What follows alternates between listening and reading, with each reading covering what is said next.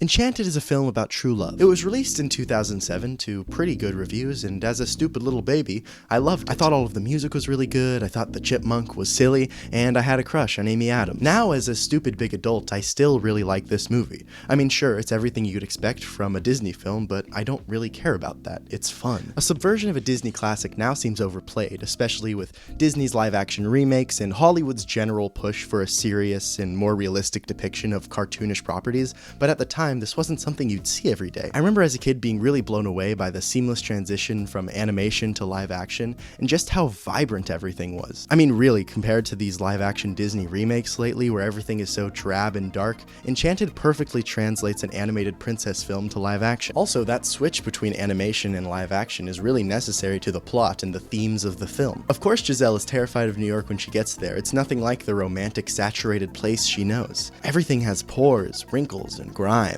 But as she lives there, and as the story develops, and as she meets new people, she realizes that anywhere you are can be wonderful. It just depends on what you make of it. This is a lovely metaphor for coming of age. As we find new people in our lives and move to new locations, the world can seem really scary at first. But it's as you become content with the grime and wrinkles that you become happy. It's a film about true love, not just about Giselle and the lawyer, but about Giselle and the world around her. Watching this movie as a so-called adult, I had a really great time. I think the theme is pretty strong and it's one of the most vibrant and visually interesting live-action Disney films of the last few decades. But nearly 15 years after the release of the original film, Disney released a sequel to Enchanted, entitled Disenchanted. Despite its incredibly stupid title and its direct-to-Disney Plus release, I was really excited for this film. I even rewatched the original Enchanted in preparation. But after watching this movie, I was really disappointed with it.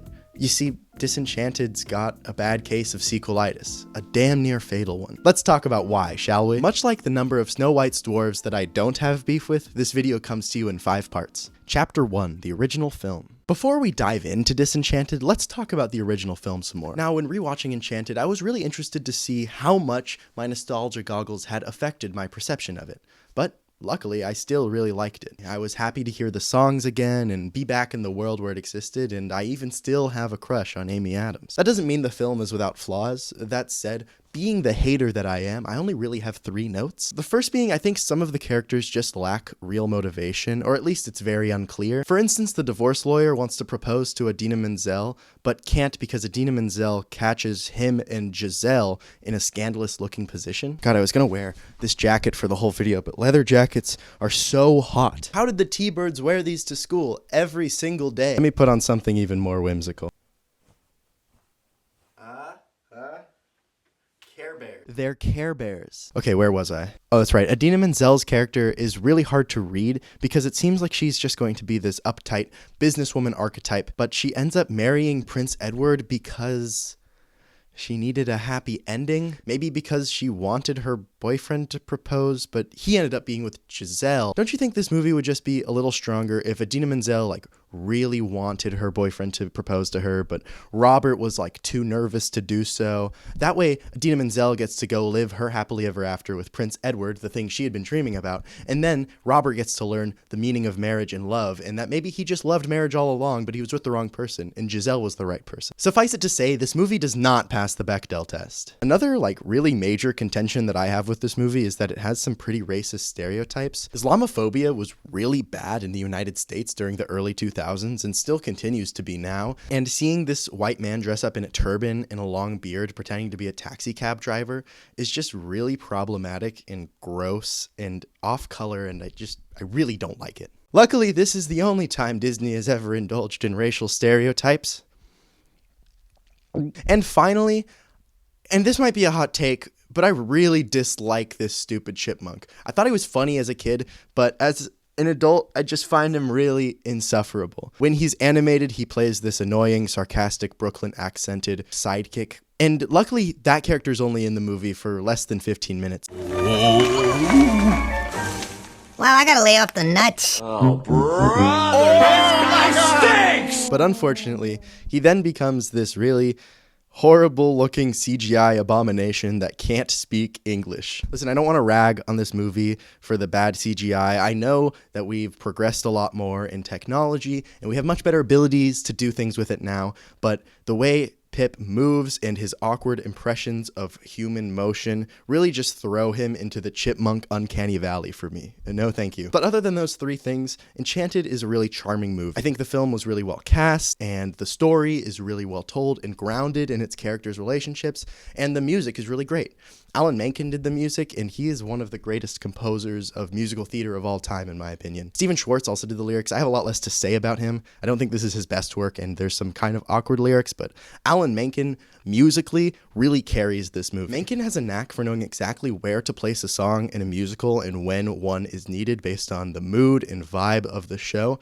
And if you know anything about me, you know I'm a sucker for a good I Want song, and Enchanted has a really good one. The melody and lyrics of I've been dreaming of a true love's kiss is really cliche, but I think that makes it even better. It perfectly counters the realistic depiction of New York City, and overall, it just bangs. But Enchanted works because of its charm, which is something that I find really lacking in its sequel. Chapter 2, Sequelitis. Now, let's define Sequelitis. TV Tropes, one of my favorite websites. Do we have any tropers in the house? Defines sequelitis quite broadly. It says this: as the number of installments in a series grows, the probability that the latest entry will be terrible increases geometrically. While the first sequel of a work is something of a coin toss between totally awesome and mediocre, the more they milk the cash cow, the less cream you see. Now I can hear you saying, this doesn't apply to Disenchanted, you dirty, dirty liar. And of course, you would be a little right. As of right now, this is the only sequel in the Enchanted franchise. But I do think this is a rather catch-all definition for something that can be different between films. So let's scroll down and see a few symptoms of sequelitis, or tropes that commonly occur in sequels. The sequel being unplanned, with the original having closure and no sequel in mind. Undoing the ending of a previous work when it gave no room for more stories. The backlash can go double for sequels that turn happy endings into the beginning of great suffering, struggle, and conflict, making a sequel just because the original was successful and the executives want more money, regardless of creative potential or the fans wanting a sequel or not. And the list goes on, but these three are the most damning pieces of evidence as to why Disenchanted has fallen victim to sequelitis. Let's take a look at them, shall we? Chapter 3, Unplanned. Like I said before, Disenchanted came out a whopping 15 years after the original. The film accounts for this time gap and the aging of the actors by placing the film 10 years after the original. Now, why 10 instead of 15? Well, that's because in the original Enchanted, if you'll recall, there's a 6-year-old character, and they really wanted her to be a teenager in this movie, so she could do teenage things like be edgy and not like her stepmom. This makes sense if you want your film to play with existing fairy tale tropes. Usually your main character will be a teenager and not a young adult, but it still feels rather shoehorned in. The original little girl, Rachel Covey, was replaced by another actor to fulfill this age difference, Gabriella Baldacchino. I find this replacement really odd given that these actors are only 4 years apart in age, and unfortunately Baldacchino does not look like she's 16 years old. I find it akin, I guess, to Ben Platt in the Dear Evan Hansen movie. Definitely not as egregious, but it still looks like she's too old to be in high school. The film starts with a narration by Pip, my favorite. He essentially recaps the first film and tells us where we are now. Then he pulls one of those, but what if I told you that's not the end of that story? What if I told you that ever after wasn't the end of their story? Which, thank you, Pip. I was really curious about that. That's awesome. By the way, Pip has children, and I hate them. They remind me of Wanda's kids from WandaVision, and I also hate those kids. See, it turns out New York wasn't Giselle's happily ever after all. This also implies that Pip has had sex. This isn't important to the film at all, but, you know, food for thought. Pip tells us that Giselle and Robert find themselves unhappy with their life in New York City, so they move to a suburb called Monroeville and bring Morgan and baby Sophia with them. This already feels weak to me. Their motivation to leave the original setting essentially boils down to, we don't like New York City. It's not as magical, and, you know, didn't you come to that realization in the first movie? This is just poorly done in terms of narrative and character motivation, and kind of sets a precedent of characters just doing things because. This is foreshadowing for the rest of the film. Also, them having a baby is entirely irrelevant to the plot. Spoilers, Sophia does literally nothing in this movie. She's a stupid baby. Alright, I'm getting ahead of myself. Let's keep going. Giselle sings a song about how happy she is to be in a house. This song is called Enchanted. Hey, that's the name of a better movie. That being said, this is probably the strongest song song in the film and could have replaced the first 7 minutes of the movie. But I guess it was really important to include America's favorite chipmunk. Prince Edward and Idina Menzel come visit from Andalasia, the animated land from the first movie, and they sing a song about a magical wand and give it to the stupid baby. Giselle then realizes she is very sad in the real world and sings a song about how she wishes she could live a fairy tale life and get that happily ever after. Then, using her own daughter's wishing wand, she wishes for this fairy tale life. This then sets into place magic, and the whole world becomes a whimsical world of fantasy. Along with the change in setting, our characters change. Robert becomes a valiant prince who goes out and fights beasts.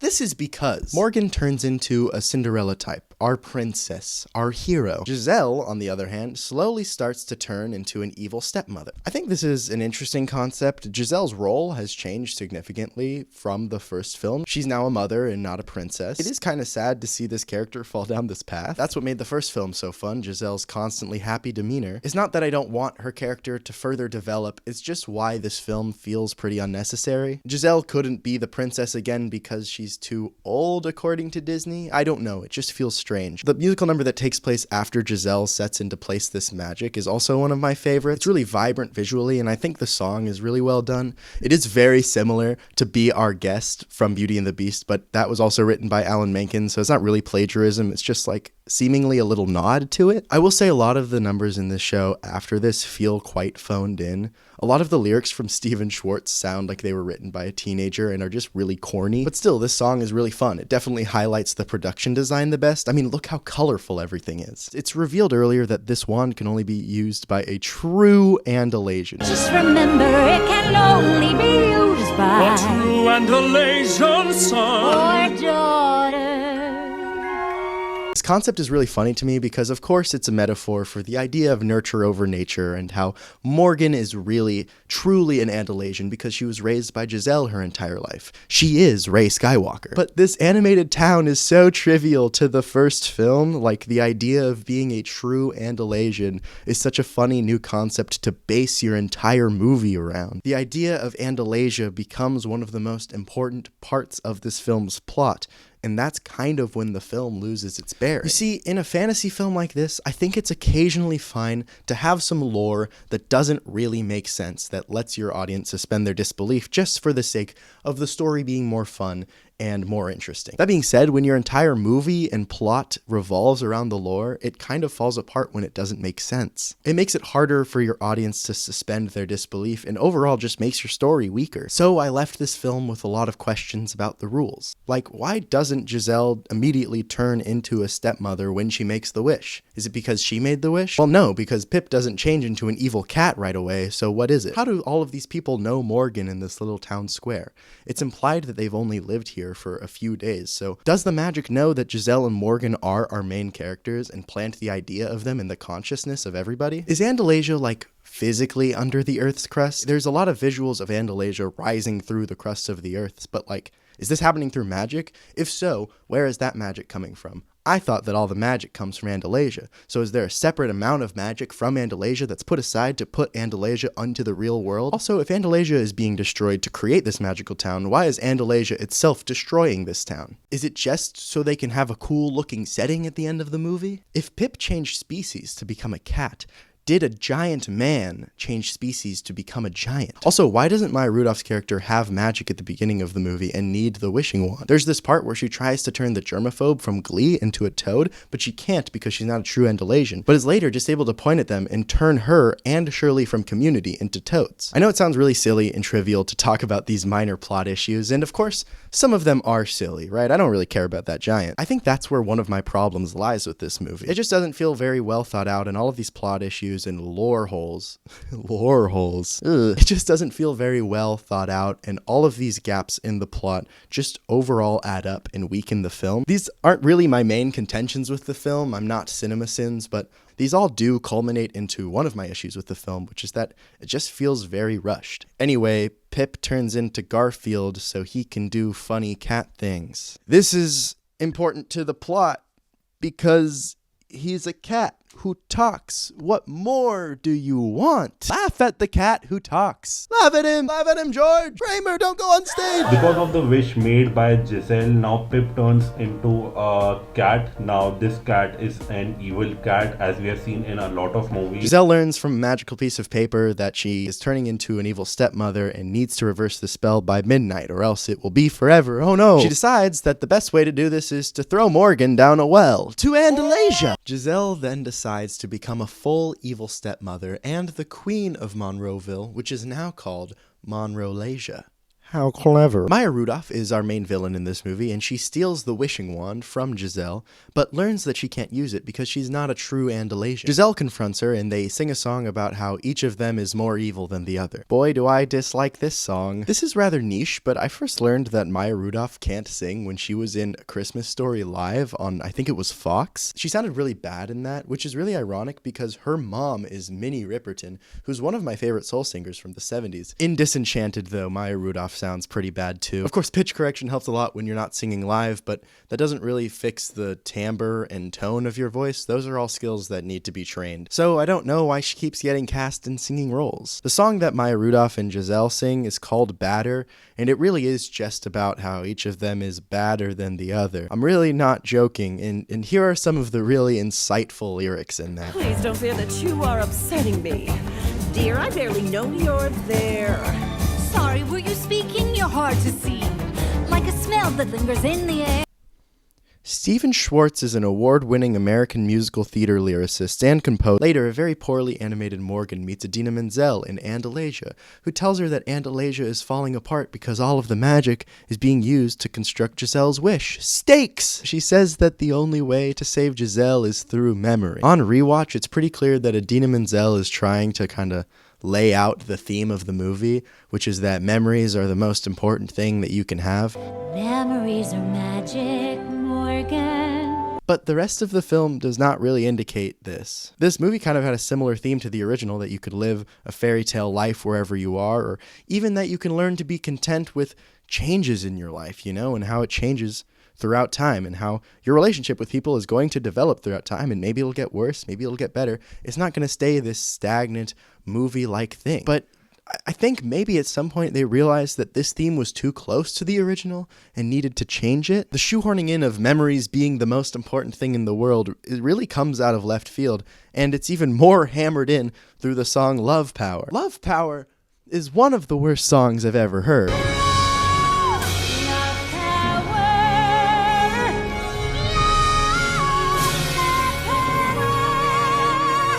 I really didn't like the Badder one. That one was really corny and the lyrics were bad, but man, Love Power just sucks. This is entirely my opinion, and maybe you're going to be blasting Love Power while driving through your cul-de-sac at night. But, personally, this song is so bad. How did they... Alan Menken, what happened? You could say, well, Max, of course it's supposed to sound cliche. That's the point of Enchanted and Disenchanted, is that it plays with these tropes from fairy tales. But, there's so many examples of fairy tale-like songs that don't sound really cliche and sound really original. And hell, a lot of them are written by Alan Menken. Take a look at the titular song in Beauty and the Beast. The song says so little, but it just sets up the theme of the movie and the relationship between Belle and the Beast. And it has this really lovely repeating melody that comes throughout the film. Love Power, on the other hand, has this really grating melody sung by Idina Menzel, and it says very little otherwise. Oh, memories are magic, Morgan? You just said that. Love Power exists only for Idina Menzel to get another opportunity to sing. I know she's very beloved by someone out there, but wow, her voice is just so intense and loud, and sure, it's powerful, but why? Why is her character needing to be so powerful in this moment? She's so unimportant to the plot that I haven't even said what her name is this entire video, because simply, I don't remember it. Is it Natasha? Is it I feel like it's Natalie or something. The wickedly talented one and only Adele Dazeem. Oh, and how do I know that this was written just for Idina Menzel? Because the director of the film said so. She was amazing. And before we go, on behalf of the fans, I have to thank you because Idina Menzel got to sing in this one. Everyone was so sad when the first one came around and Idina didn't get a song. So, was it important to you guys to make sure that she got a musical number this time? One of the first things that was out of my mouth and Amy's mouth. It wasn't a question. And my first conversation with Alan and Steven, it was like, is Idina? And I was like, yep, let's write her a song. Giselle goes to the festival that is being held in the castle to confront Maya Rudolph with the wand that Pip, has just stole back. Then, they fight with magic. What are the rules of this film? Morgan then returns from Andalasia and throws an art project at Giselle, and she's forced to relive the events of the first film. Again, a much better movie. Giselle then snaps out of her evil stepmother persona, but is about to Spider-Man away, so she sings a reprise of everyone's favorite song, Love Power. Love power. My love for you has power. My love will be there.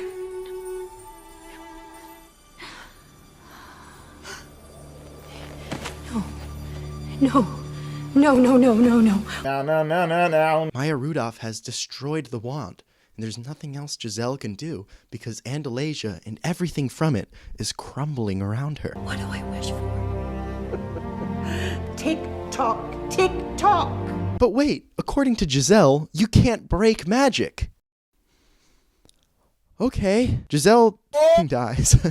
Giselle dies, but because Robert stops the clock with his big old sword, Morgan is able to wish for her life to go back to normal with her mom. I wish I was home with my mom.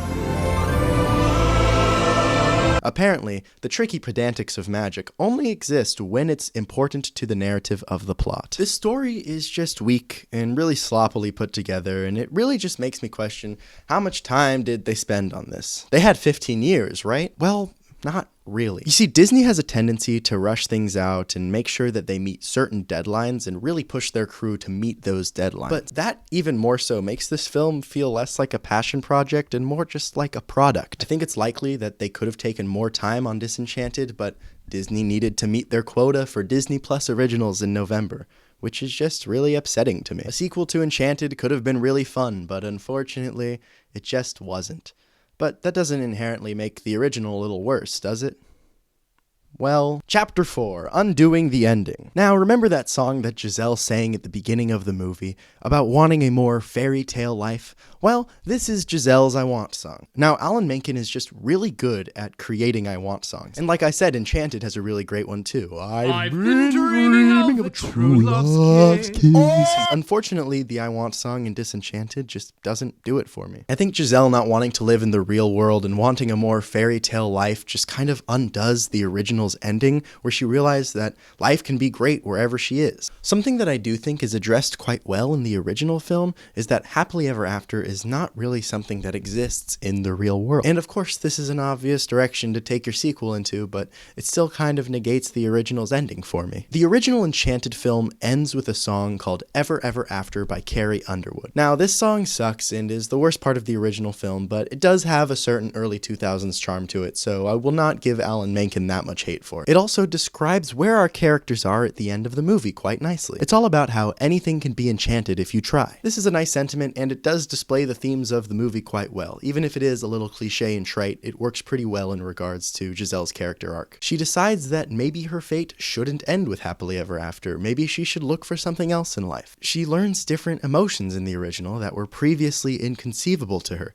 like anger, sadness, and heartbreak. She wants these uniquely real and grounded emotions. However, in Disenchanted, she decides that she doesn't want to live in the real world the moment she gets sad. I also think that this film gets too wrapped up in its lore and its new characters to be as grounded as the original. The original Enchanted, despite ending with a giant fight with a CGI dragon, is quite grounded. And when I say that, I mean not grounded in real reality, I mean it's grounded in its relationships, which is really important if you want to build a compelling story. The main relationship here being Giselle and Robert, Robert, but there's lots of other relationships that are equally as important to the story, like between Robert and Idina Menzel and Morgan and Robert, and Morgan and Giselle. All of these relationships make for higher stakes throughout the film, but when your film is about the destruction of a made-up city that we know very little about, and Giselle sparkling away, of course you're going to lose your audience a little bit. The only real relationship in Disenchanted that has any stakes in the plot is between Morgan and Giselle, but even their relationship is a little unclear in the story. Now, I understand the desire to insert an edgy teenager into your movie for an easily resolvable conflict. The teenager will realize how ungrateful they have been and how they have a parent who has cared about them all along, and boom, story resolved. It's easy. It's a little hack. Morgan is super sarcastic and is written as if she was a teenager written by an adult, but at the beginning of the film seems to think that Giselle is pretty much her mom. It's beautiful, Mom. I mean, she has raised her since she is 6 years old, right? But as soon as Giselle embarrasses Morgan at school, she yells at her and says, She is not my mother. She's my stepmother. That's all she'll ever be. Which incites Giselle to ruin the town with her wish. This relationship not really being clearly displayed or making sense really confuses and decreases the conflict and stakes of this film. I can't even particularly gauge if this is a long-time thought Morgan has had or a spur-of-the-moment thing to yell at Giselle in a bout of selfishness. It's really confusing and not that clear, like I said. That mixed with Morgan being brainwashed for the rest of the movie just makes me wonder what Giselle and Morgan's relationship has changed into over the past 10 years. I think the easiest fix here would have been just to make Morgan full of resentment towards Giselle, you know? Make her full, "You're not my mom!" You know, like Denny from The Room. You're not my fucking mother! You listen to me, boy! That way, the reveal that she is a true Andalasian and the reveal of her calling Giselle mom is even more impactful. But I think the much harder and much more interesting approach would have been to just remove this resentment entirely. I mean, sure, you don't have those strong stakes of Morgan maybe not being a true Andalasian, but that idea is kinda stupid anyway. What you would have is a much more interesting relationship between Giselle and Morgan. You instead get even higher stakes, because if Morgan views Giselle as her real mother, then Giselle becoming this evil, cruel stepmother would be even more painful to Morgan, and would make her want to change everything back to normal even more. This could also represent how in fairy tales, characters are often resigned to their archetypes and not allowed to evolve over time. This would then make Giselle want to go back to the real world, because when she's stuck in her stepmother persona, she can see her actions affecting everyone, not having a say in it, and not being able to change. This would have been a really interesting approach, and it also would have shown a positive representation of a stepmother who steps up and actually takes care of their kids as if they're her own. But no. Disney chose the easiest possible solution and still messed it up. Chapter 5. Did we want this? No. Okay, maybe somebody did. Enchanted meant a lot to me as a little kid, and my nostalgia for the original, in my opinion, just makes Disenchanted even worse. I think that's the problem with Disney lately, is that they're trying to cater towards people who are nostalgic for their older films. And while yes, this will always work for people who will love Disney no matter what. Wow, dude, Pride rock! It makes sense why a lot of people are just jaded with the company right now. I mean, look at The Incredibles 2. When that movie came out, people were talking about it a lot. But now, who remembers The Incredibles 2? It's just looked back upon with disgust and scorn. And now there's all these Disney remakes like Aladdin and The Beauty and the Beast and The Lion King, which are absolutely just hated by critics. But I guess I'm in the minority, because these films are making so many millions of dollars in the box office. But at this rate, how many films will there be for future generations to be nostalgic over? Are kids going to be nostalgic over The Lion King 2019?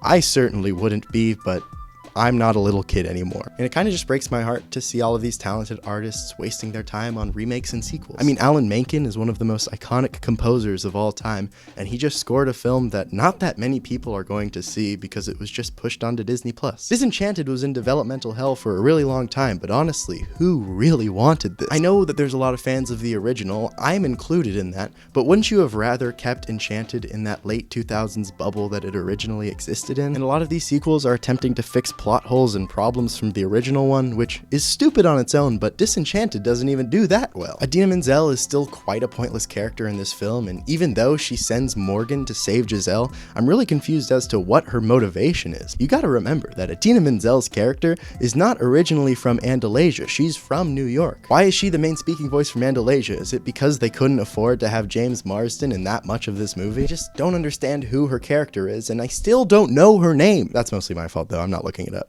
And they even made Pip more annoying, which is something I didn't think that they could do. They literally Scrappy Doo. I left this movie feeling nothing.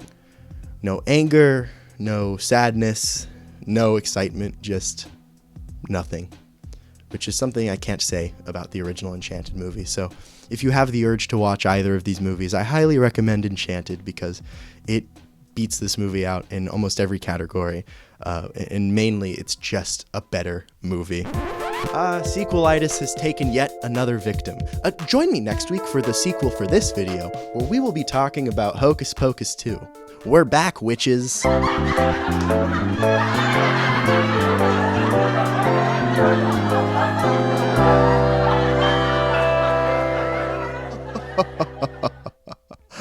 I shaved. Thank you so much for watching that video. I hope you enjoyed.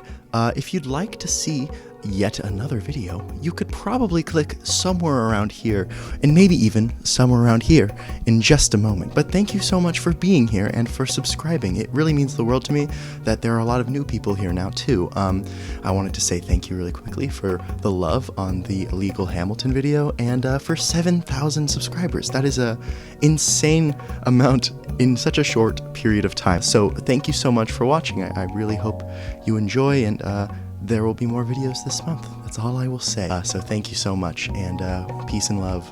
Goodbye. Goodbye. Bye.